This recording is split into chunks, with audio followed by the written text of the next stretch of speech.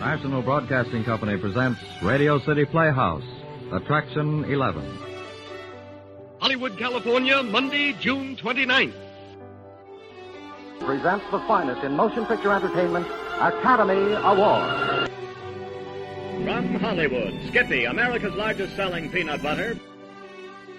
Cary Grant, Katharine Hepburn, and Jimmy Stewart. The Lux Radio Theater welcomes you all.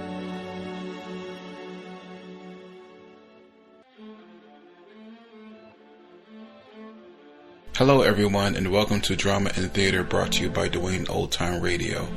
Before we get to today's drama, if you enjoy what I'm doing, let me ask you to subscribe to my channel. Subscribing is 100% free, and you will receive notifications on new posts. Lastly, if you have a moment, write a short 1 or 2 sentence review or give a rating on your preferred podcast service. A positive review or rating would help me out a lot. And now, on to the show. Oh yeah, and thanks for your support. I really do appreciate it. We're going to end the month with the Lux Radio Theater and their adaptation of Desire, which stars Marlene Dietrich and Herbert Marshall. This one aired March 15th, 1937. Hollywood, California, Monday, March 15th.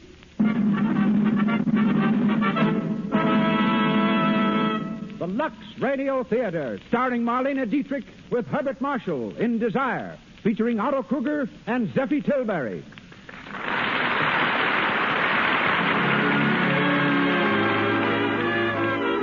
Lux presents Hollywood, bringing you Marlene Dietrich, Herbert Marshall, Otto Kruger, and Zeffie Tilbury. Our producer, Cecil B. DeMille. Our guests, Mr. Ernst Lubitsch, distinguished motion picture director, and Miss Kay Roberta Williamson, hostess of Hollywood's famous specialty shop, I. Magnin and Company. Our conductor, Louis Silvers. From our theater on Hollywood Boulevard, the makers of Lux Flakes bid you a hearty welcome to the 124th performance of the Lux Radio Theater.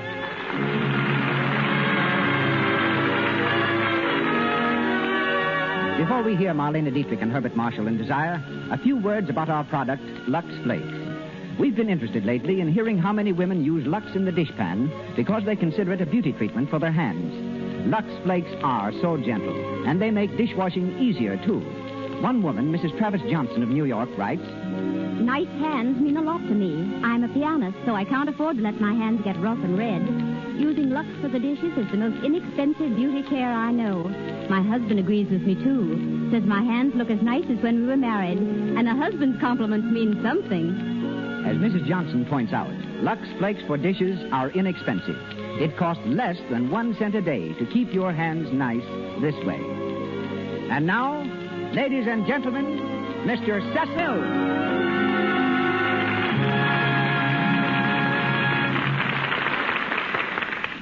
Greetings from Hollywood, ladies and gentlemen. Marlene Dietrich is a Hollywood rarity. Her success story is the only one of its kind I know.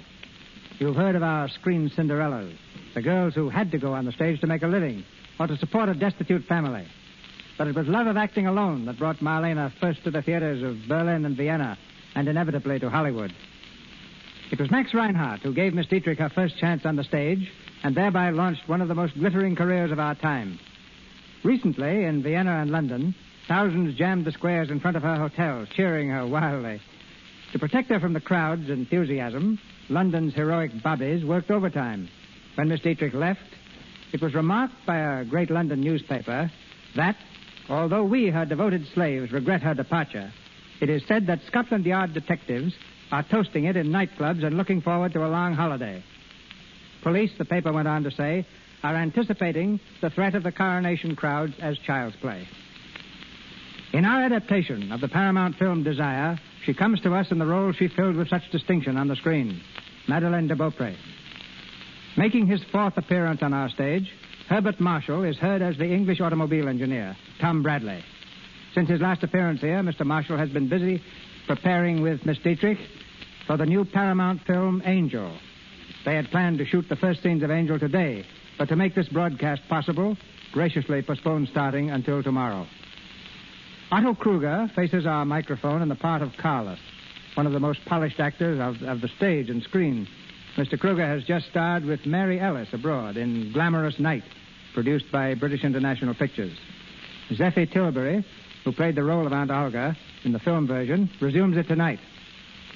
High in the flies of our stage, Columbia's engineer reaches for the dials of the control board, ready to release to the ends of the earth the Lux Radio Theater's presentation of Desire.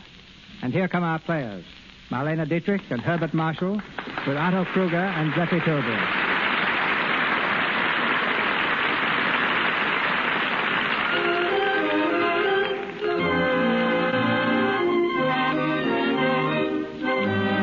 Our scene is the Paris branch of the Bronson automobile factory. In the manager's elaborate office, a young man paces the floor angrily, talking to himself in loud, threatening tones. He's rehearsing a speech he's going to deliver to the boss. Turning suddenly, he leans across the manager's desk and points a menacing finger at the empty chair. Now look here, Mr. Gibson. You're not going to stop me, and no one else is going to stop me. I'm going on this vacation whether you like it or not. And if you want to throw me out, why don't you? What's that? Now, why do you bring up arguments like that? What? Yes, I know you brought me over from Paris to London, but you didn't do it for my sake. You did it because you wanted a good engineer, Mr. Gibson, and I've done my job. I've been designing Bronson motors for the last 2 years, and I need a rest. No? Oh. Well, let me tell you this, Mr. Gibson. I'm not going back to London before I've had my vacation, and that's final. Right. Good morning, Tom. Oh, morning, Mr. Gibson. Well, Tom, it's all right. You can have your vacation. I can have? Oh, well, thank you. Oh, you don't have to thank me. You've done a fine job. Everyone in London recognizes that. But they want you back home for the 15th at the latest. The 15th? That gives me 2 weeks. Where are you going? Italy. Oh, yes? That's where I've always wanted to go, ever since I was old enough to know about it. Milan, Florence, Livorno, Napoli. All those places I've read about and never had a chance to see. And I'll have 2 weeks, 2 whole weeks in Italy. Fine, fine. And to show you how much we appreciate your services, we are lending you a car for your trip. That's great. But we thought we might just as well utilize you for a little publicity. You won't mind putting one of these signs in the car, will you? A sign? Well, Now, let's see. Which one is the best? I am delighted to drive a Bronson 8. No. I am glad to drive a Bronson 8. It's difficult to decide. Must be quite a strain, Mr. Gibson. I am delighted. I am glad. Well, which do you like? Personally, I prefer happy. Happy. Happy. I'm happy to drive a Bronson 8. Why, that's splendid, splendid. We have our slogan now. I'm happy to drive a Bronson 8.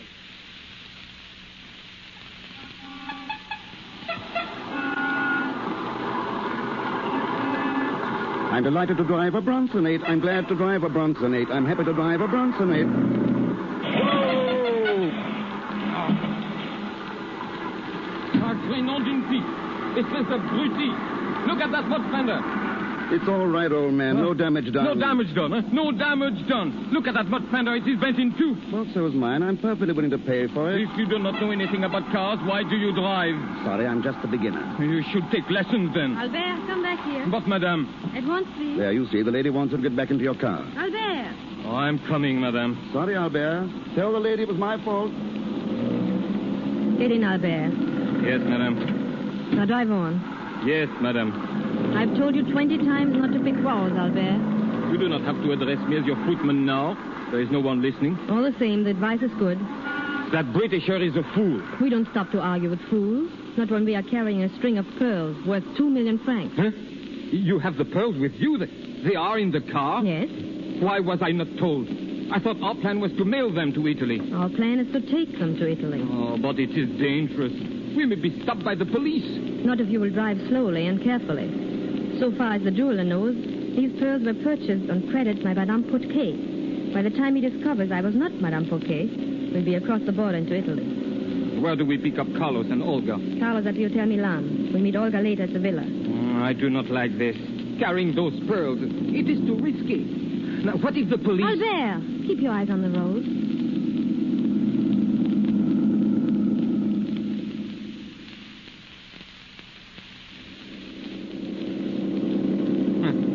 When I'm driving, you say to go slow. When you are driving, it is something different, eh, Madeleine? We are safe here, and I'm driving carefully. What did that last sign read? Badonekia, 5 kilometers. Badonekia, that's the Italian border. We must be almost there. Yes. But you may not be so safe when the custom officers search your handbag. It's only the luggage they're interested in. You think so? Oh, well. Be careful, that man on the road. Hey! Hey! You almost hit that man. He shouldn't stand in the middle of the road taking pictures. Madeline, I just remember. You know who he was? That man back there on the road? Who? The Britisher. The one who bumped into us in Paris. What are you laughing at? Oh, you do not see what happened? When you pass him, you drive through some mud puddle. He was covered up from head to foot with mud. Oh, that is very funny, no? We are coming into town. Please try to act like a chauffeur, Albert. Oh, yes, madame. Where do we go now? To the customs office. You'll come with me.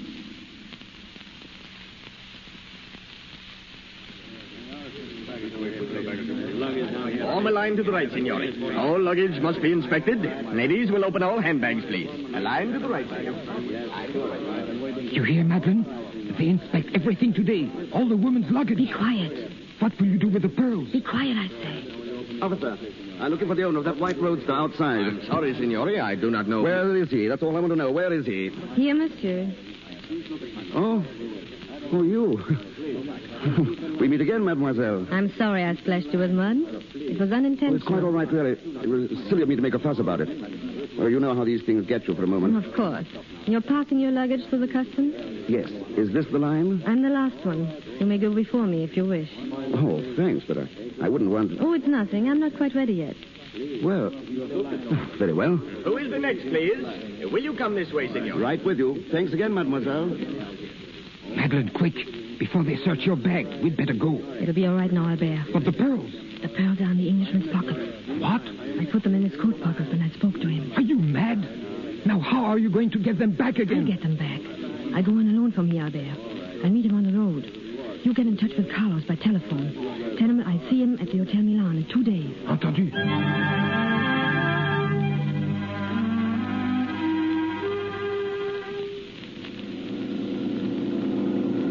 I'm happy to drive a Bronson 8. I'm happy and glad and delighted. Delighted to drive... Whoa! Hello there. Oh, good afternoon, monsieur. What's the matter? Are you stuck? Yes. There's something wrong with my car. I'll have a look at it. Thank you. Let's see now. How did this happen? I bumped over a rock. Must have been an awfully big one. I'd swear that carburetor was hit with a monkey wrench. You can't fix it, monsieur. Not without spare parts. Well, What are you going to do? I'll just leave it here and send back for it tomorrow. Would you give me a lift? Why, of course. Delighted. Delighted, mademoiselle. I'll put your grips on my carrier. Thank you, monsieur.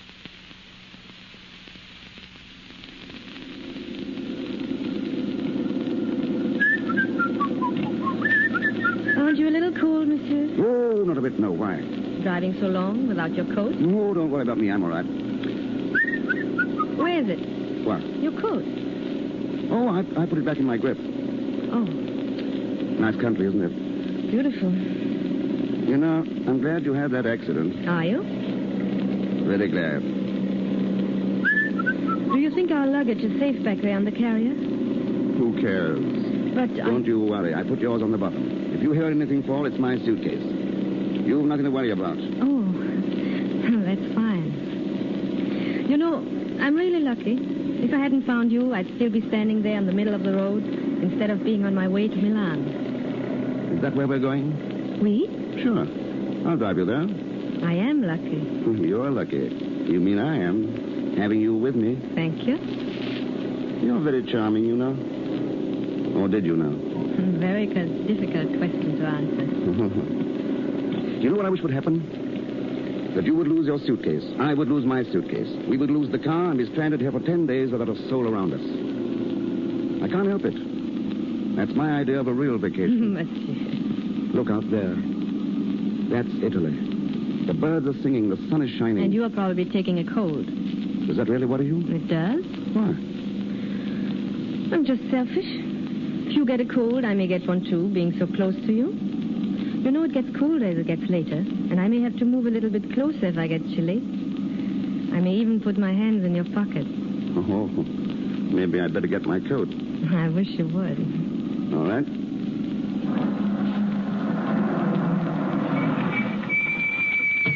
With you in a minute. Hey! I say, wait! Where are you going? Come back here. Come back with that car.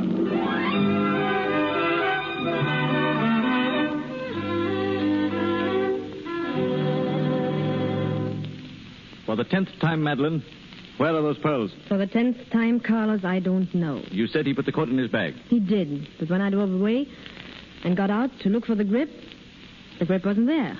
He must have taken it off the carrier before I had a chance to get away. Then that man still has the pearls in his pocket? Yes. What did you do with his car? I wrecked it. Why? I couldn't drive a stolen car for Italy. I drove it into a stream and came on by train. But without the pearls. Madeline, you aren't by any chance double-crossing me. Don't be vulgar. Who was this man? An Englishman. That's a great help. What was his name? I don't know. Tom Bradley, I think. Oh, you think? Good. What did he look like? He was tall. Well, one more little clue like this, and we ought to have him in our hands. Any other distinguishing traits? Well, he seemed to be a man of very good taste. He liked me. Didn't I tell you never to mix love with business? Don't be absurd, Carlos. This man interests me about as much as you do. That should satisfy you. I want to tell you something, Madeline. I think I've always behaved as a gentleman. And I hope you continue to do so. That all depends. Hello. Yes. This is the Countess de Beaupre Suite. What?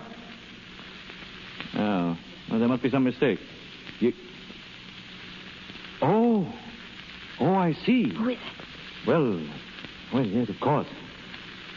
Very well. Yes, ask Mr. Bradley to come up, please. Bradley? He's here at the hotel. Claims to have recognized you as the woman who stole his car. He's complained to the police. So charming, and you invite him up to complete the description? We've got to see him. Don't forget, he has the pearls.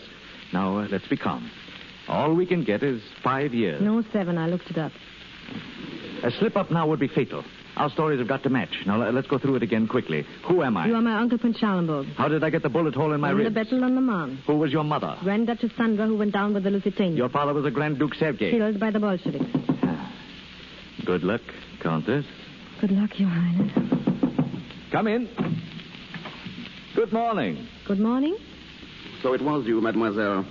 What was the idea of taking my car and... Hello. May I ask what this is all about? Oh, this is my Uncle Prince Schalenburg. Bradley is my name. Are you by chance insinuating that my niece stole your car? Yes, I am. That's not true. Uncle, it is true. What? Yes, but let me explain. I don't want any excuses. This is the last of your numberless escapades. I'm going to bring this up to the family council, yes? But, Uncle... Oh, you're not going to drag down the family name any longer. You realize what you did? You stole a car. I'll see that the family disowns you. Now, look, here, I wouldn't go too far. I must ask you to let me handle this alone. Whose niece is she? Your niece or my niece? Well, whose car was it? Your car or my car? Let me tell you, my niece is more important to me than your car. And my car is more important to me than... Well, perhaps not. Thank you. Now, look, Your Highness, I'm on my vacation. I don't want any more trouble than I've had already. Just give me 10,000 francs for my car, and we'll forget the whole thing. And you will cancel your complaint with the police? Of course. Young man, I think your attitude is splendid. I'll write you a check at once. I want to thank you, monsieur. Oh, never mind that. But why did you do it? You want to hear the truth? Yes. I was very late for a luncheon appointment. I see. But after all, why did you have to leave me in the middle of the road? I would have been glad to drive you. You were going slower and slower. And you know yourself why. It's silly to say, but suddenly I got in a terrible panic. We were alone there. I didn't know you. And before I knew what I was doing, I stepped on the grass. I was really afraid. Of what? Of you. There was no reason for that. I paid you a few compliments. I told you how charming, how lovely you were. And I would still repeat it. But I didn't do anything. But you intended to. I did not. You had it in your eye. I didn't know it showed. By the way, did you make your luncheon appointment? Yes, but after I got here, I didn't keep it. Would you keep a dinner engagement for tonight with me? With you? It may sound very strange, but I've never had dinner with a countess. And I'm afraid you never will. You're leaving today. So am I. Are you going to Florence, too? No. Neither am I. We are going to our villa down on the coast. If you would care to come as my guest. Oh, I say. Your check, monsieur. Oh, thanks. Uncle, I've just invited Mr. Bradley to come with us to the villa. Splendid. Mr. Bradley, we'll be delighted to have you. But I haven't much with me in the line of clothes. Oh, it'll be quite all right. Just bring the clothes you have now. The ones you had with you in the car. Oh, of course. Well, it's very kind of you. Not at all. I insist, Mr. Bradley. I insist. Yes, and so do I, monsieur.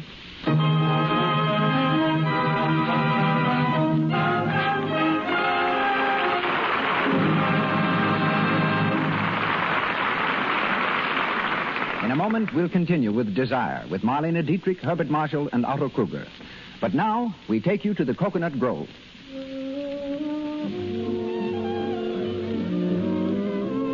It's tea time, and the room is filled with dancers. In the middle of the dance, a handsome couple return to their table, a frown on the girl's pretty face.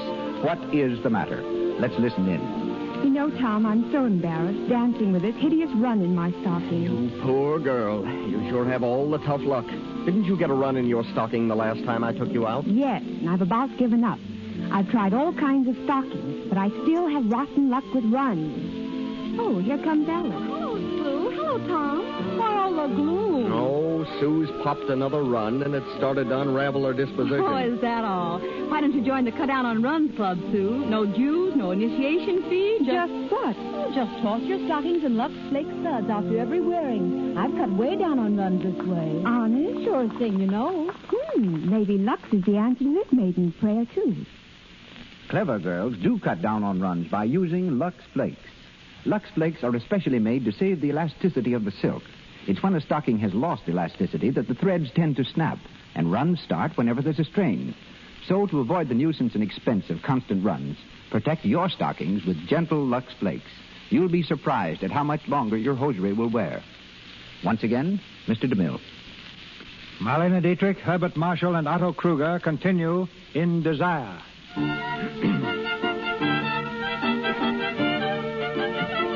It's evening of the following day.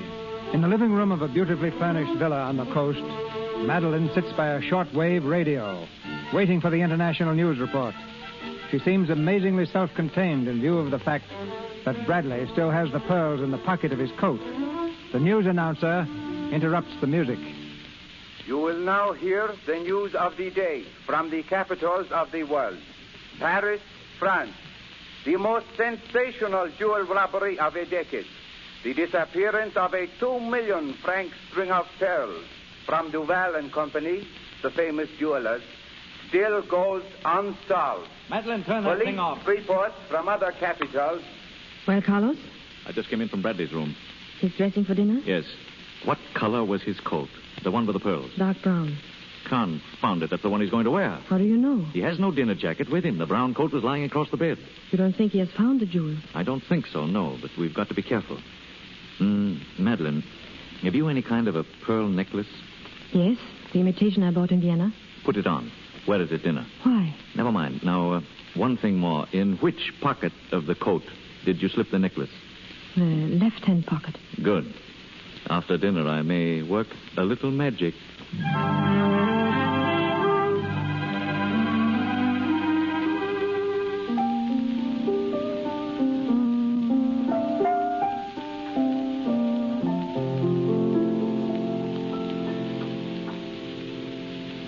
Well done. Splendid. You play beautifully, Countess. Now you do something, Mr. Bradley. Well, I can walk on my hands. No, please. It's too early after dinner. Uncle, why don't you show us some card tricks? Oh, no. Yes, why don't you? Oh, all right. By the way, what's that on your nose? There we are. Silver coin. See? Oh, good. Do you always carry money in your nose? I don't know, but I often pay through it. Do you know any more? Let's see. Madeline, may I have your pearls for a moment? Of course. Here? Yeah, thank you, dear. You see these pearls? Now watch. 1, 2, 3. Presto. They're gone. Splendid. Where are they? Will you kindly look in the left-hand pocket of your coat? Well, how did they get in there? I couldn't tell you that, Mr. Bradley. Here are your pearls, Countess. Thank you so much. Well, I hope you've been entertained. Entertained? It's been a marvelous evening. You know, Mr. Bradley, you've had a very strenuous day, and I should think that you would be tired. Tired? Oh, no, really. I could stay up a week under these conditions. But you're looking tired, Your Highness. And it is rather late. Oh, really? Yeah. Well, then, I'll do my final trick of the evening. Make myself disappear. Good night. Good night? Good night. I think I will say good night, too. Oh, no, not yet. It's early. Didn't you just say yourself that it's late? Late for uncles. Early for nieces. You look very beautiful sitting there. Don't spoil the picture. All you need is a frame, and it would be a masterpiece.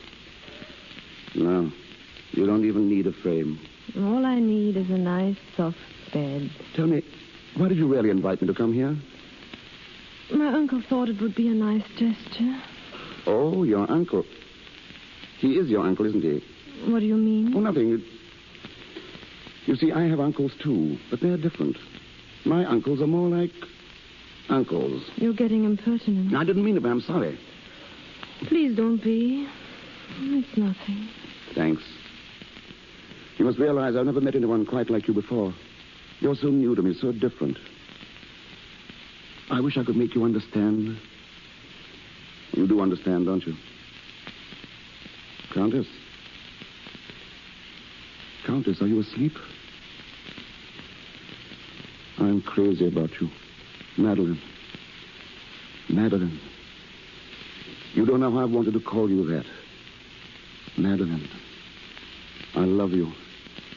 It's hit me all of a sudden. I love you. When you wake up, I'm going to take you in my arms and kiss you. I'm going to tell you, Madeline. Oh, I'm sorry. I was asleep. Did you say something? Oh, no, nothing. Then you'll excuse me, please. I'm so very tired.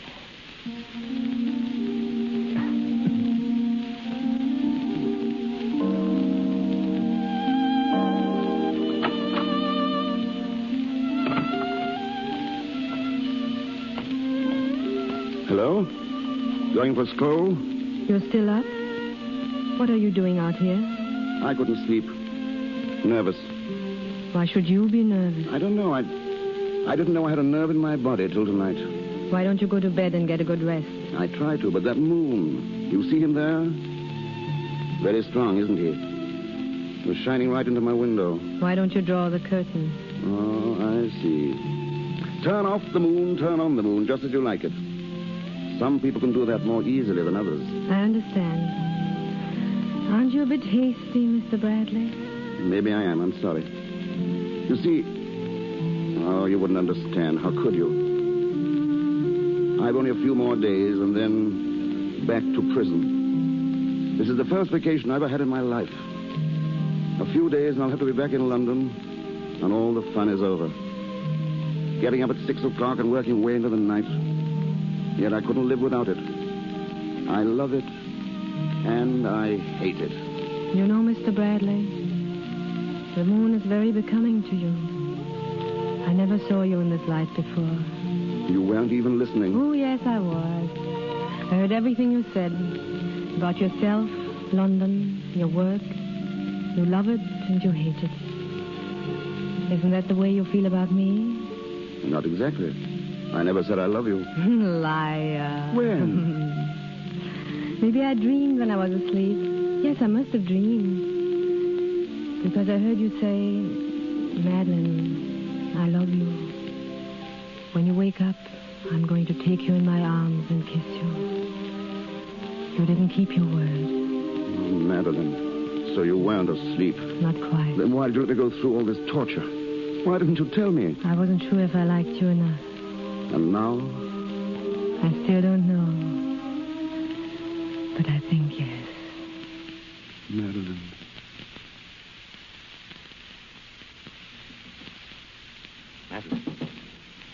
Madeline, are you awake? Madeline. Oh, good Lord, Madeline, wake up. Yes, darling. What? Listen, I've had a wire from Florence this morning. I have to leave immediately. I'm going to take this Bradley with me. What did you say? I said I'm going to take this Bradley into town with me. I'll get rid of him there. Oh. And the pearls. I have them. Goodbye, Madeline. Wait, Carlos. I can't. I've got to wake up Bradley. Mr. Bradley. Mr. Bradley. Bradley. Wake up, Mr. Bradley. Yes, darling. What? Oh. Well, wake up, please. I'm leaving for Florence. Well, goodbye. Have a good trip. If you'd like to go with me, I'll be only too glad to have you. It's a wonderful trip. You can see Italy. I can see what? Italy. I've wanted to see Italy since I was a little boy. Well, now's your chance. But I'm not a little boy anymore.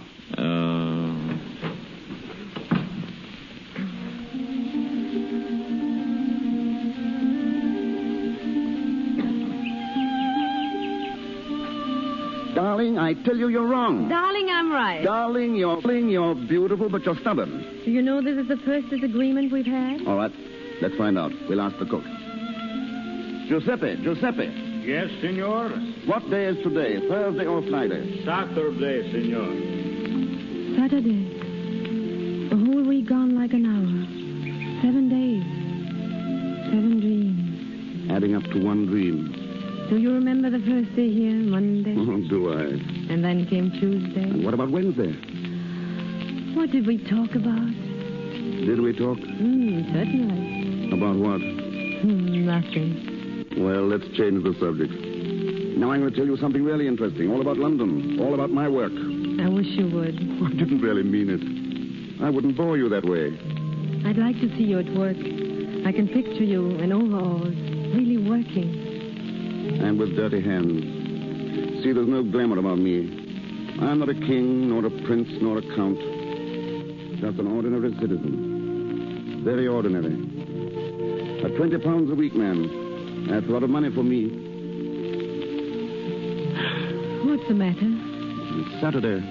Our dream is almost over. When must you go? Monday. Must you? Yes. Don't let's talk about it. Let's hope something will happen. Something must happen. I can't leave you.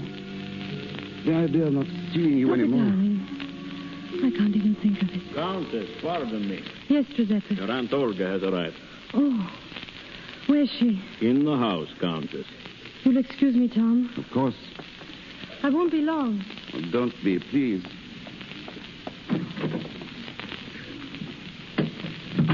Olga. Hello, Madeline. Why did you come? That's a fine way to greet a sweet old lady. Why don't you bust me in the nose? What do you want? You shouldn't talk to me that way. If your grandmother came here, what would you do? Why, you'd offer her a brandy, of course.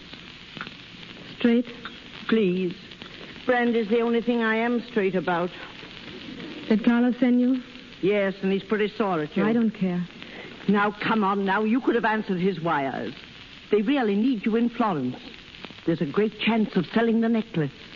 We found a sucker, and a sucker of the century. He's a big umbrella manufacturer. So we thought we'd put a little sunshine in his life and introduce you to him.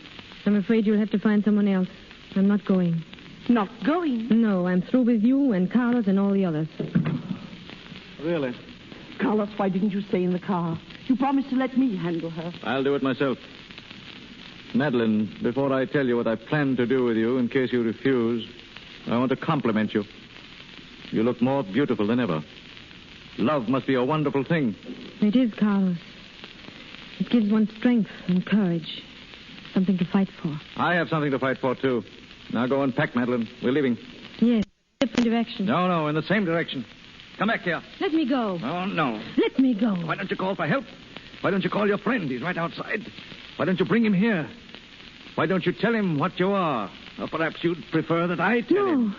That would hurt, wouldn't it? Yes. Well, think it over, Madeline. Think it over carefully.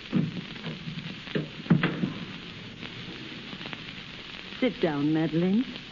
Here, dear. Why can't he let me alone? Why can't he give me my chance for happiness? It's really serious, isn't it, between you and this Bradley fellow? For the first time in my life. Don't... He must be a nice young man. Where is he? I'd like to meet him. Don't you dare. If anyone is to tell him, I'll do it myself. Oh, no, you won't. You think you will, but you won't. I tried it once myself, and it won't do, my dear. What difference does it make? I love him and he loves me. That's just the point, and it won't do, believe me. Please go away. Leave me alone. Some years ago, I was sick in a hospital in Vienna. There was a charming doctor. He was a fine man. We thought a great deal of each other. And I used to dream as you are dreaming now. And then right in my dreams, I'd feel a hand falling on my shoulder. Sooner or later, it falls. Sooner or later. And I used to hear myself saying to him, I must go downtown on important business. I'll be back soon. And then under my breath, I'd say, soon. 10 years. 20 years. Life. I dream of him now and then. I didn't spoil it. Well, what are you going to tell him? I don't know. I'll find something.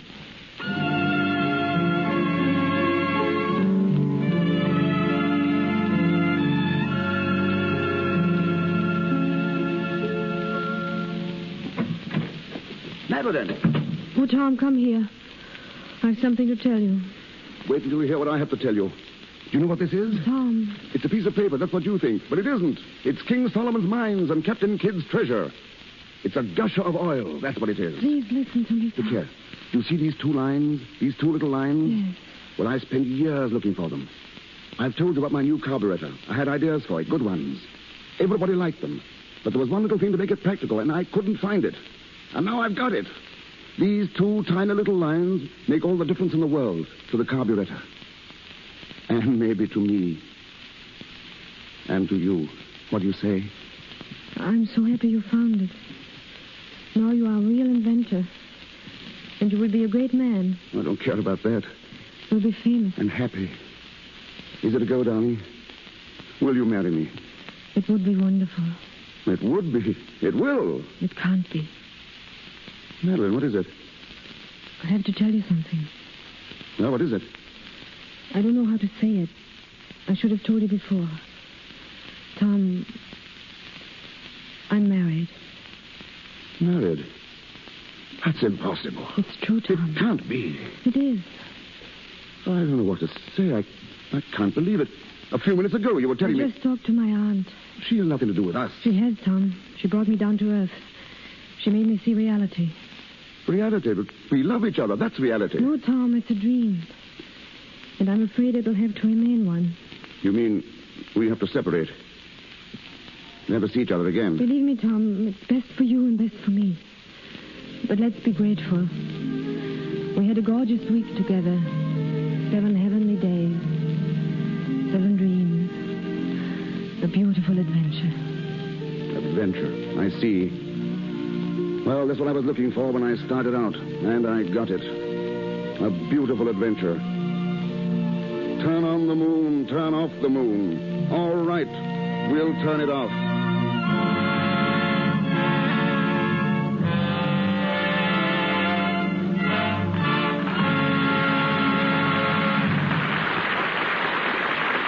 We pause for station identification. This is the Columbia Broadcasting System.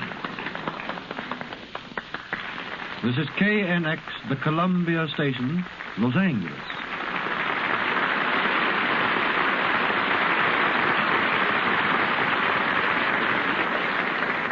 Marlene Dietrich, Herbert Marshall, and our all-star cast come back to us shortly in Desire.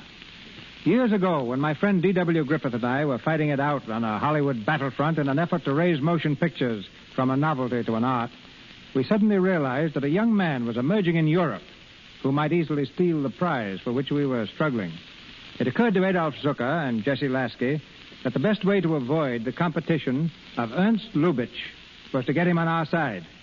At the time, too many things stood in the way. But today, I'm proud and thankful that Mr. Lubitsch is one of my colleagues at Paramount Studios. starting as a comedian, character actor, and stage player, Ernst is now certainly one of the most brilliant directors in the world. Ladies and gentlemen, Mr. Lubitsch.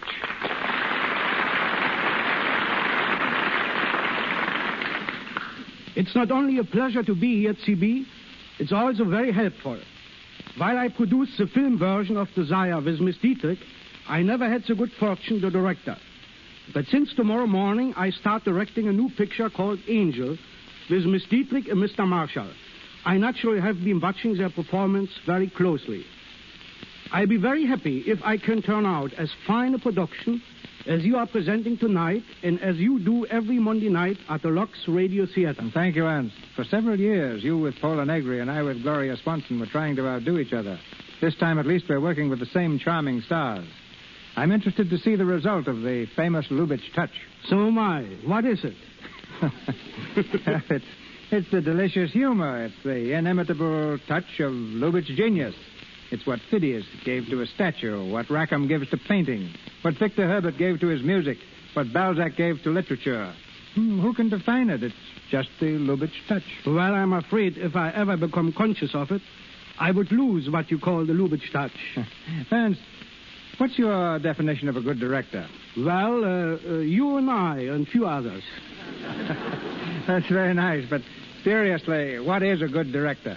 A good director is a man who can execute successfully what other people have written for him. But a great director is a man who helps in the creation of the story and tells it in his own unique style, putting his own personality into the telling of that story on the screen. Well, tell us what procedure you follow in directing a film. Well, I understand that we both use the same methods. I never start shooting until I've worked out every detail at my desk. I believe that the story is all important, and like you, I write with the writers. This business of solving anticipated problems takes much more time than actual shooting of the picture. On the set, I try to encourage the cast at all times. The stage actor has the benefit of audience reaction. In pictures, he has only the director to look to. I have found that the more encouragement I give the players, the better they perform. Well, I know it's a rule with you never to disclose the story of a new picture. Will you make an exception tonight? Yes, to this extent. Miss Dietrich will play the part of a modern married woman, known as Angel. Whether or not this is a misnomer, you have to decide for yourselves when you see it. Mr. Marshall is a British statesman, and our scene will be Paris and London. Melvyn Douglas, Edward Everett Horton, Herbert Munden, and Ernest Cossart will also have prominent parts. I enjoyed producing pictures tremendously, but I'm delighted to return to directing. After all, the thrill is not alone in conceiving ideas, but in having the director's opportunity to interpret and follow them through. My thanks to you all. My thanks to you, Ernst. He gets things in a picture nobody else can get. Back to Marlene Dietrich with Herbert Marshall in Desire, featuring Otto Kruger.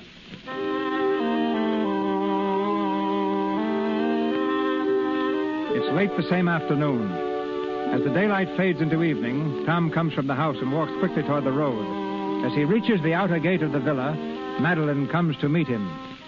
Tom, wait. Well? Aren't you going to say goodbye to me? Of course. Goodbye, Madeline. Is that all you have to say to me? What else can I say?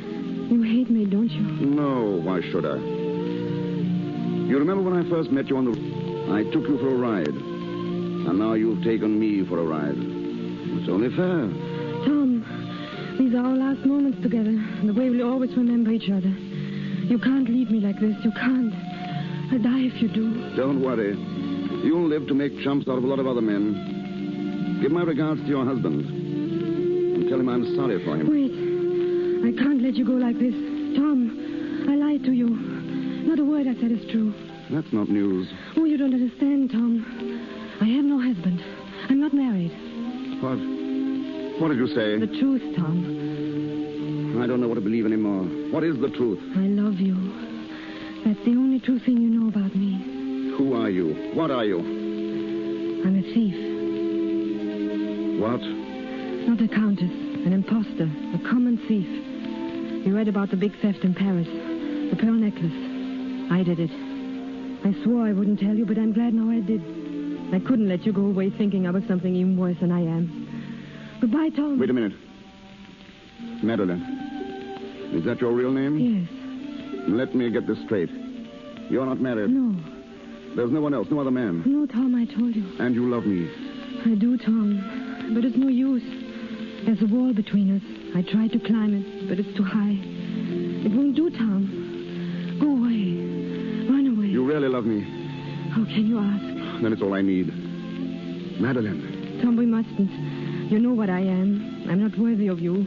I'm a thief, Tom. You'll never be again. Where are those pearls now? We're going to give them back. Please, Tom, I beg you, don't get into this. Where are those pearls? Madeline. Shh. Madeline, where are you?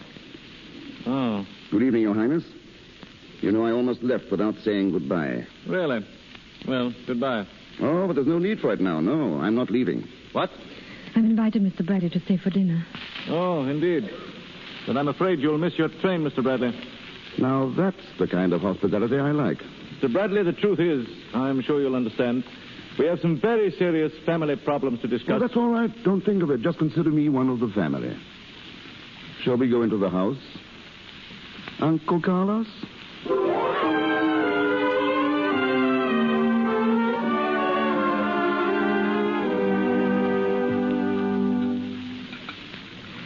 Some more chicken, Uncle Carlos? No.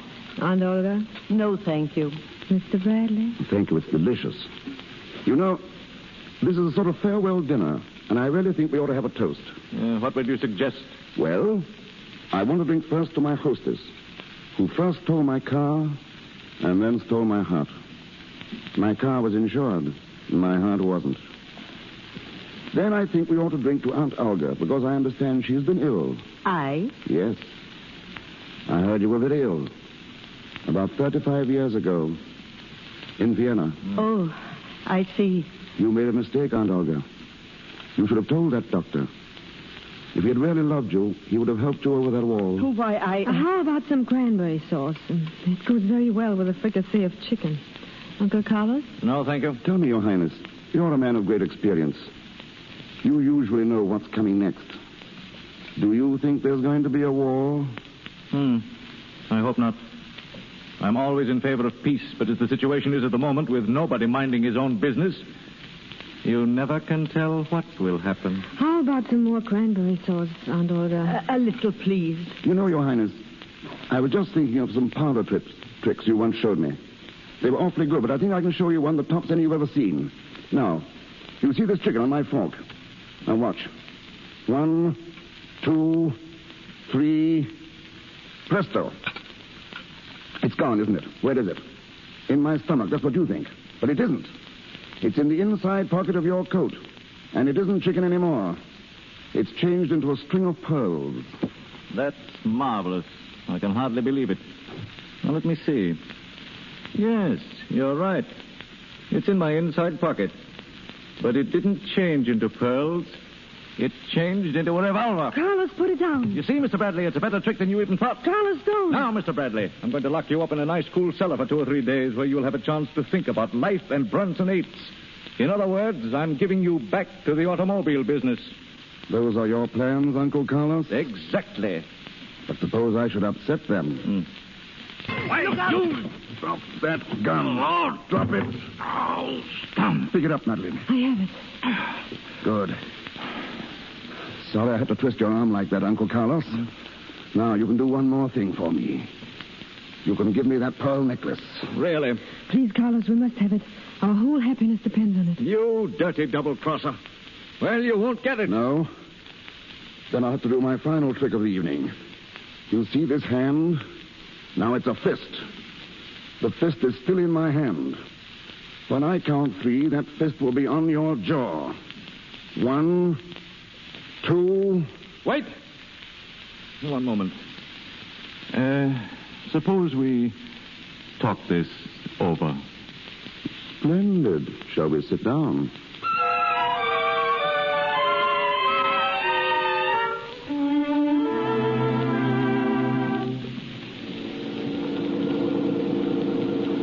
happy to drive a Bronson 8. We're happy to drive... Tom, this isn't the Bronson 8. What's the difference? We're happy anyway. Have you got the pearls? My purse. What was the jeweler's name? Monsieur Duval. Monsieur Duval. Oh, Tom, do you think you'll take them back? Definitely. Yes, but will he let me go? We're happy to drive a Bronson 8. We're delighted to drive a Bronson 8. We're glad to drive a Bronson 8.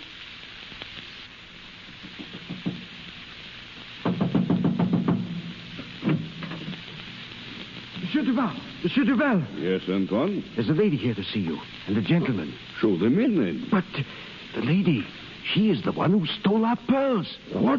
Oui, Monsieur Duval. Quick, show them in. Then go call the police. Oui, Monsieur. Will you come this way, please? Thank you. How do you do, Monsieur Duval? How do you do? May I introduce my fiancé, Monsieur Bradley? Glad to meet you, Monsieur Duval. I've heard so much about you. It's just like meeting an old friend. We came to see you about the pearl necklace. Pearl necklace? Do you intend to buy another one? On the contrary. You see, the pearl necklace which you sold, mademoiselle, is really beautiful, but it's too expensive for us. I'm afraid we'll have to return it. You have it with you, dear? Yes, darling. Monsieur Duval, would it upset you very much if I asked you to take it back? Well, I hate to return things. It's not my habit. But I've changed my mind. As a matter of fact, I've changed my life. I'm marrying Mr. Bradley this afternoon. That is, I hope I am. Here are your pearls, monsieur. The pearls? You give them back to me? Monsieur Duval, I know my fiancé is indebted to you, and even to France. And if you could see any way to help us, to release mademoiselle from her obligation, it would be very wonderful. Otherwise, we'll have to postpone our marriage for a long time, I'm afraid. 7 years. 7 long years, Monsieur Duval. You are very much in love. Very much, monsieur. Monsieur Duval, the police. They are here. Police? One moment, please. Antoine. Monsieur? Tell the police there has been a mistake. The pearls were not stolen. Oh, monsieur. Tell them, Antoine. Oh, monsieur. Our thanks, Monsieur Duval. It is nothing. The pearls were, shall we say, temporarily mislaid. There will be no complaint. I think you may safely buy your tickets for England now. We will. And be assured, Monsieur Duval, that when I'm in England, I'll recommend you to all my friends. Oh, please don't. Just as you like. Goodbye, Monsieur Duval. Goodbye, monsieur. And thank you. Goodbye and bon voyage. Oh, Tom, I'm free. Darling, turn on the moon. Turn on the moon. For good, Madeline. And forever, darling.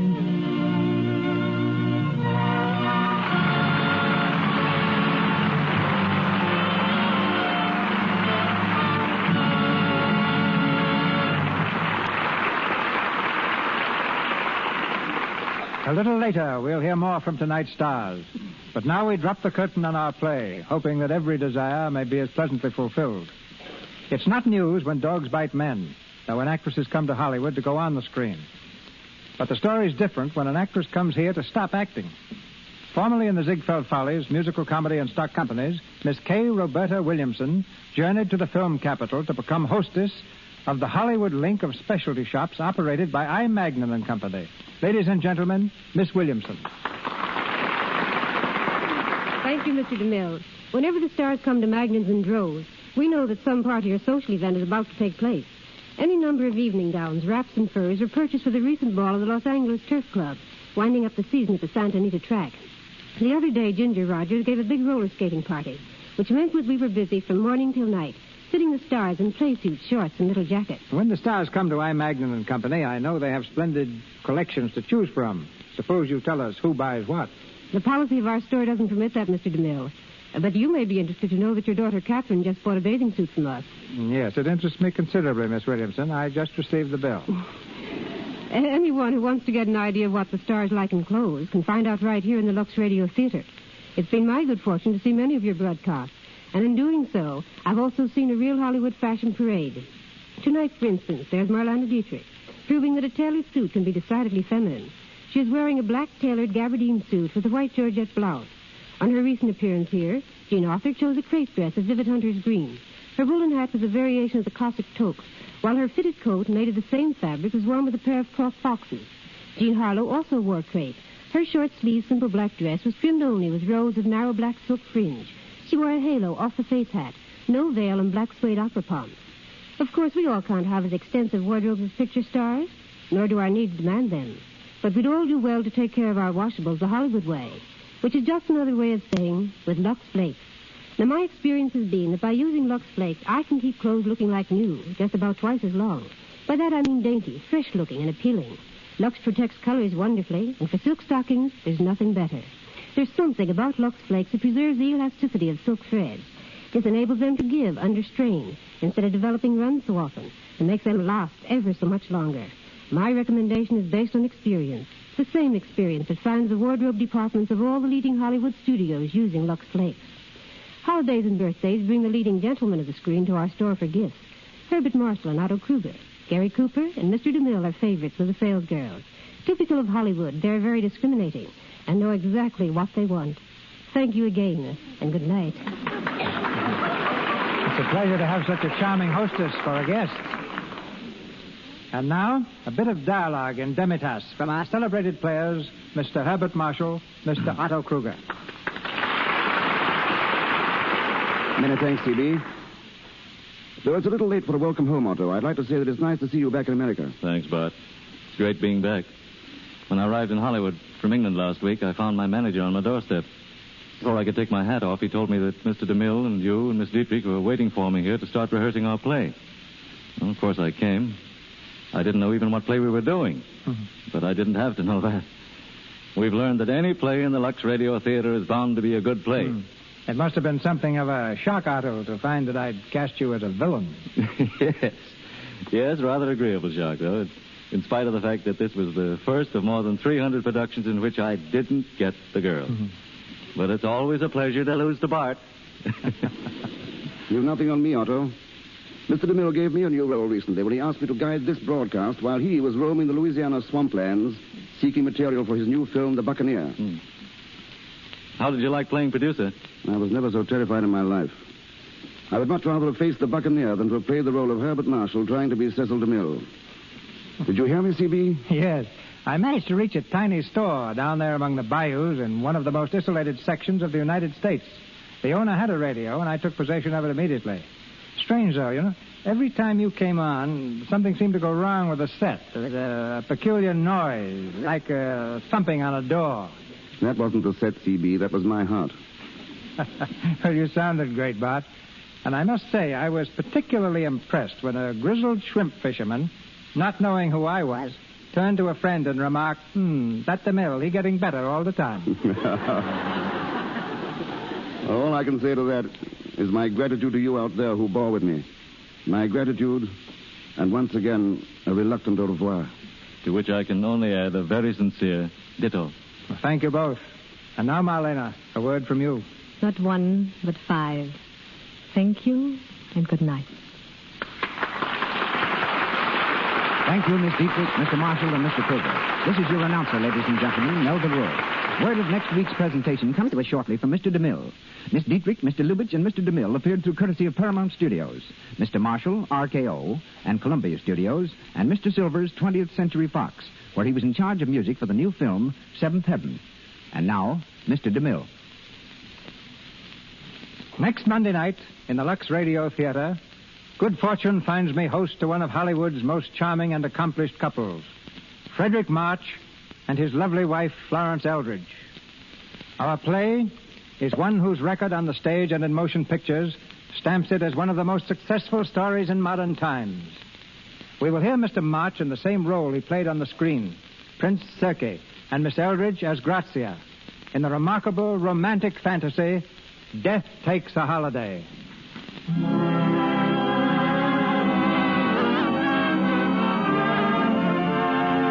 Our sponsors, the makers of Lux Flakes, join me in inviting you to be with us again next Monday night when the Lux Radio Theater presents Frederick March and Florence Eldridge in Death Takes a Holiday. This is Cecil B. DeMille saying good night to you from Hollywood. Assisting our stars tonight, Sir Georges Glenavon as Albert, Ward Lane as Mr. Gibson, Ferdinand Munier as Mr. Duval, Victor Rodman as Antoine, Leo McCabe as radio announcer, Lou Merrill as Giuseppe, and Frank Nelson as customs officer. Before saying good night, may I say we were honored this evening by a most distinguished audience, including Mr. Frederick Match, his celebrated wife, Florence Eldridge, and Miss Kay Johnson. This is the Columbia Broadcasting System.